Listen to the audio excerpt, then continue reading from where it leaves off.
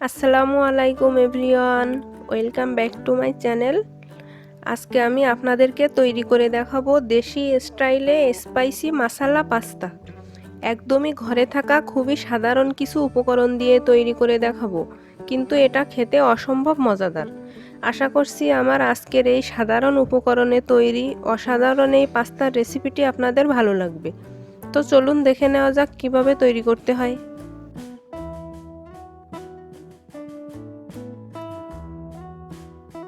প্রথমে আমি চুলায় একটা কড়াইয়ের মধ্যে বেশ কিছুটা পানি দিয়ে দিলাম। এখন এর মধ্যে দিয়ে দিব 1 চা চামচের মতো লবণ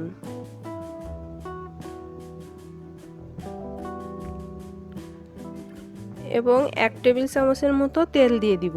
তেলটা দিলে পাস্তাগুলো সিদ্ধ হয়ে যাওয়ার পর এগুলো একে অপরের সাথে লেগে যাবে না। এখন এই পানিতে বলক আসা পর্যন্ত অপেক্ষা করব।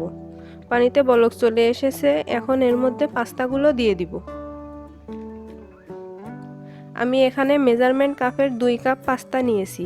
আপনারা এখানে যে কোনো শেপের পাস্তা ব্যবহার করতে পারবেন। এবার পাস্তাগুলোকে আমি মাঝারি আঁচে সিদ্ধ করে নিব প্রায় 8 থেকে 10 মিনিট। পাস্তাগুলো আমি 80% সিদ্ধ করে নিব। পাস্তাগুলো একদম নরম করে সিদ্ধ করবেন না, কারণ পাস্তাগুলো যখন আবার সসের মধ্যে রান্না করব তখন বাকি 20% কুক হয়ে যাবে। তাই আগেই যদি ফুল সিদ্ধ করে নেন তাহলে পরে রান্নার সময় একদমই ঘেটে যেতে পারে। আমার পাস্তাগুলো সিদ্ধ হয়ে গেছে, এখন এগুলো একটা স্ট্রেনারে দিয়ে ছেঁকে নিব।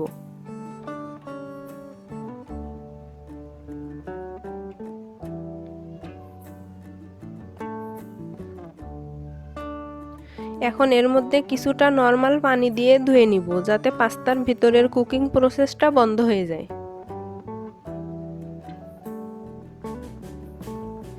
এখন আমি পাস্তা রান্নার প্রণালীতে চলে যাব। প্রথমে আমি ফ্রাই প্যানে 1 টেবিল চামচ রান্নার রেগুলার সয়াবিন তেল দিয়ে দিলাম।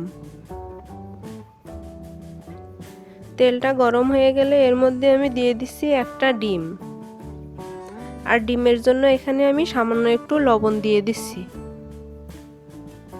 এবার ডিমটাকে আমি স্ক্রাম্বল করে নিব বা ভেঙে নিব। ডিমটা এরকম ঝুরি ঝুরি করে ভাজা ভাজা করে নিয়ে আমি তুলে নিচ্ছি। ওই একই প্যানে আমি আবারও দিয়ে দিচ্ছি 2 টেবিল চামচ তেল। তেলটা গরম হয়ে গেলে এর মধ্যে দিয়ে দিলাম 1 টেবিল চামচ রসুন কুচি।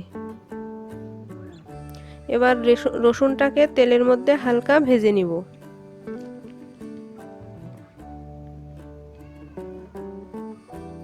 রসুন কুচিটা ভেজে নেওয়ার পরে এর মধ্যে দিয়ে দিচ্ছি 1/2 কাপ পরিমাণ পেঁয়াজ কুচি।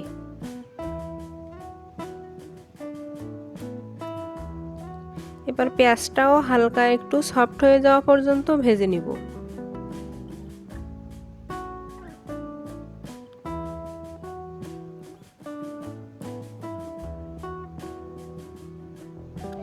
এখন এতে দিয়ে দেব সামান্য লবণ, এতে করে পেঁয়াজটা খুব তাড়াতাড়ি নরম হয়ে যাবে। এবার একে একে বাকি উপকরণগুলো অ্যাড করব। প্রথমে দিয়ে দিলাম মরিচ গুঁড়া 1 চা চামচ, টমেটো কুচি দিয়ে দিলাম 1 কাপ। আপনারা চাইলে টমেটো ব্লেন্ড করেও ব্যবহার করতে পারবেন। টমেটোটা মশলার সাথে ভালোভাবে মিশিয়ে নিতে হবে।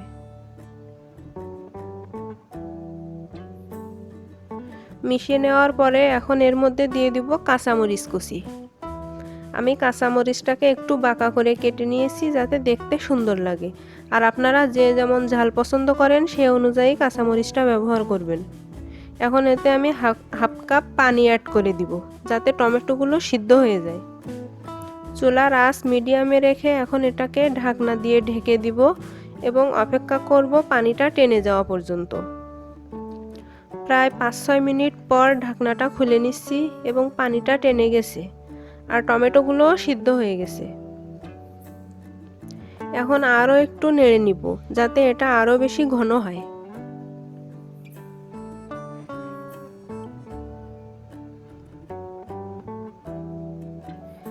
এখন এর মধ্যে দিয়ে দিব 2 টেবিল চামচ টমেটো সস,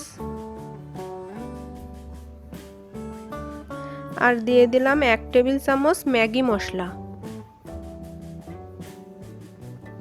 আর এই মশলাটা দেওয়ার ফলে পাস্তার স্বাদ কিন্তু বহুগুণ বেড়ে যাবে। আবারও সব কিছু একত্রে মিশিয়ে এখন এর মধ্যে আগে থেকে সিদ্ধ করে রাখা পাস্তাগুলো দিয়ে দিব।